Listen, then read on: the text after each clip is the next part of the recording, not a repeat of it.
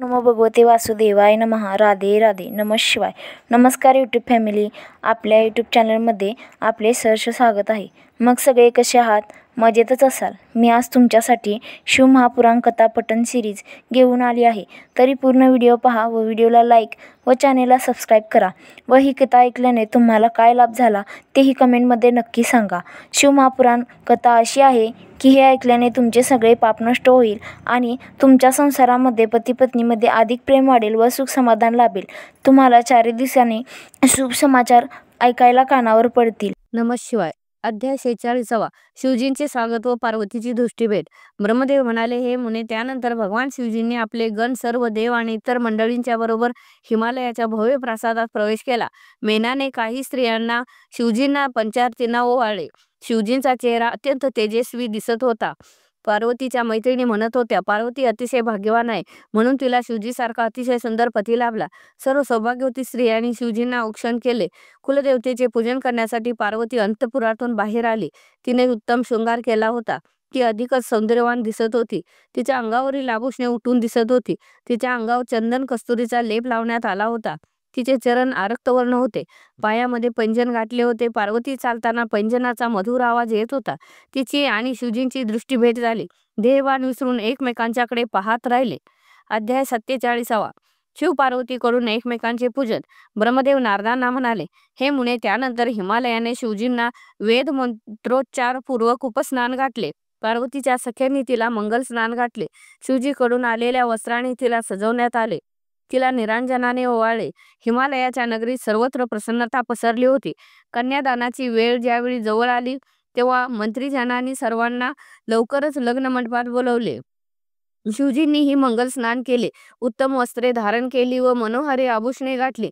ते नंदीवर बसून निघाले. मंगलवाद्यांच्या मोठ्या प्रमाणात ध्वनी सर्वत्र पसरत होता. मंडपाच्या प्रवेशद्वारी हिमालय उभे होते. त्यांनी शिवजींना हात देऊन वृषभावरून खाली उतरवले. पंचारती ओवाळून त्यांना नमस्कार केला. शिवजींना सिंहासनावर बसवले. मधुपर्क पूजनादी सर्व मंगलविधी संपन्न केला. पार्वती शृंगार करून वेदीवर बसली. सर्वजण विवाहाची अत्यंत उत्साहाने वाट पाहत होते. गर्ग मुनींनी पुण्यवाचन केले. पार्वती शिवजींचे ध्यान करत होती. शिवजी व पार्वतीने एकमेकांचे पूजन केले. अध्याय 48. पार्वतीचे कन्यादान. ब्रह्मदेव नारदांना म्हणाले, हे मुने, त्यानंतर गर्ग मुनींच्या सांगण्याप्रमाणे हिमालयाने कन्यादानाच्या कार्यक्रमास प्रारंभ केला. शैलराजाने शिवजींना अर्ध्य व पाद्य दिले. चंदन, वस्त्रे, आभूषणे देऊन त्यांची पूजा केली. ब्राह्मणांनी तिथी, वार व देश इत्यादींचा उच्चार करून कन्यादानाचा संकल्प करून घेतला. शिवजींना नाव, कुळ, गोत्र, वंश, वेद व शाखा यांचा परिचय विचारला. तेव्हा तू सांगितलेस की शिवजींचे कुळ गोत्र समजणे ब्रह्मा विष्णू यांनाही शक्य नाही. ते प्रकृतीच्या पलीकडचे आहेत. ते निर्विकार आहेत. ते स्वयंभू आहेत. ते निर्गुण असून सगुण होतात. तुझे उद्गार ऐकून हिमालय मैनेने पार्वतीचे विधीपूर्वक कन्यादान केले. तो म्हणाला, माझी कन्या तुला देत आहोत. हिचा पत्नी म्हणून स्वीकार करावा. पार्वतीचा हात शिवजींच्या हाती दिला. शिवजीने पार्वतीची भार्या म्हणून स्वीकार केला. हिमालयाने शिवजींना अनेक भेटवस्तू दिल्या. सर्वजण हा आनंदमयी सोहळा पाहत होते. सर्वांच्या डोळ्याचे पारणे फिटले. अध्याय 49. ब्रह्मदेवाचा मोह व शिवजींचा क्रोध. ब्रह्मदेव नारदांना म्हणाले, हे मुने, त्यानंतर माझ्या सांगण्यावरून शिवजींनी ब्राह्मणांच्या हस्ते अग्नीची स्थापना केली. पार्वतीला जवळ बोलवून वेदमंत्रांनी आहुती दिली. ओंजळभर लाह्यांचे हवन करून दोघांनी अग्नीला शास्त्रविधीपूर्वक प्रदक्षिणा घातली. शिवजींच्या मायेने मला मोहित केले. अग्नीला प्रदक्षिणा घालताना मला शिवजींचे चरण दिसले. त्यामुळे मी काम व भावनेने पीडित झालो. अति उत्तेजनामुळे माझे रेत स्खलित झाले. त्यामुळे माझी मलाच लज्जा वाटू लागली. शंकराने हा प्रकार जाणला व ते मला मारण्यासाठी सरसावले. मी अतिशय घाबरलो.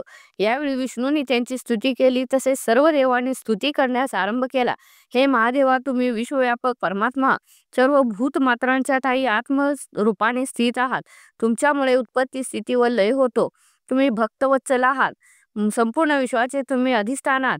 ब्रह्माजीकडून जी चूक घडली त्याला आपण क्षमा करावी. हे ऐकून शिवजींचा क्रोध शांत झाला. ब्रह्मदेव विवाहानंतरचे भोजन. अध्याय 50. ब्रह्मदेव नारदांना म्हणाल्या, हे मुने, शिवजींच्या आज्ञेने शिवपार्वतीच्या विवाहातील शेष विधी प्रसन्नतेने पूर्ण केला. प्रारंभी दोघांच्या मस्तकावर अभिषेक घालण्यात आला. पार्वतीच्या मस्तकावर सौभाग्याचे प्रतीक म्हणून सिंदूर लावण्यात आला. त्यामुळे ती शोभून दिसत होती. विवाहाचे सर्व कार्य शास्त्राप्रमाणे संपन्न झाले. विवाहानंतर सर्वांना दाणे देण्यात आले. भोजनानंतर सर्वांना मुद्रा देण्यात आल्या. सर्वांचे भोजन संपन्न झाले. एकमेकांना घास भरवण्यात आले. शिव-पार्वतीला एकमेकांना घास भरवण्यास सांगितले. अरुंधती म्हणाली, मेना आपणास पार्वती देण्यास तयार नव्हती, परंतु मीच तिला तयार केले. त्यामुळे हा विवाह सोहळा संपन्न झाला. आता पार्वतीला तुम्ही नीट सांभाळा. शंकर पार्वती भोजन करत असलेले पाहून सर्वांना आनंद झाला. तरी तुम्हाला व्हिडिओ आवडला असेल तर व्हिडिओला लाईक, शेअर, कमेंट व आपल्या यूट्यूब चॅनलला सबस्क्राईब करा. तसेच बेल आयकॉनवर क्लिक करा, जेणेकरून तुम्हाला आपल्या नवीन व्हिडिओची नोटिफिकेशन सर्वात आधी येईल. राधे राधे.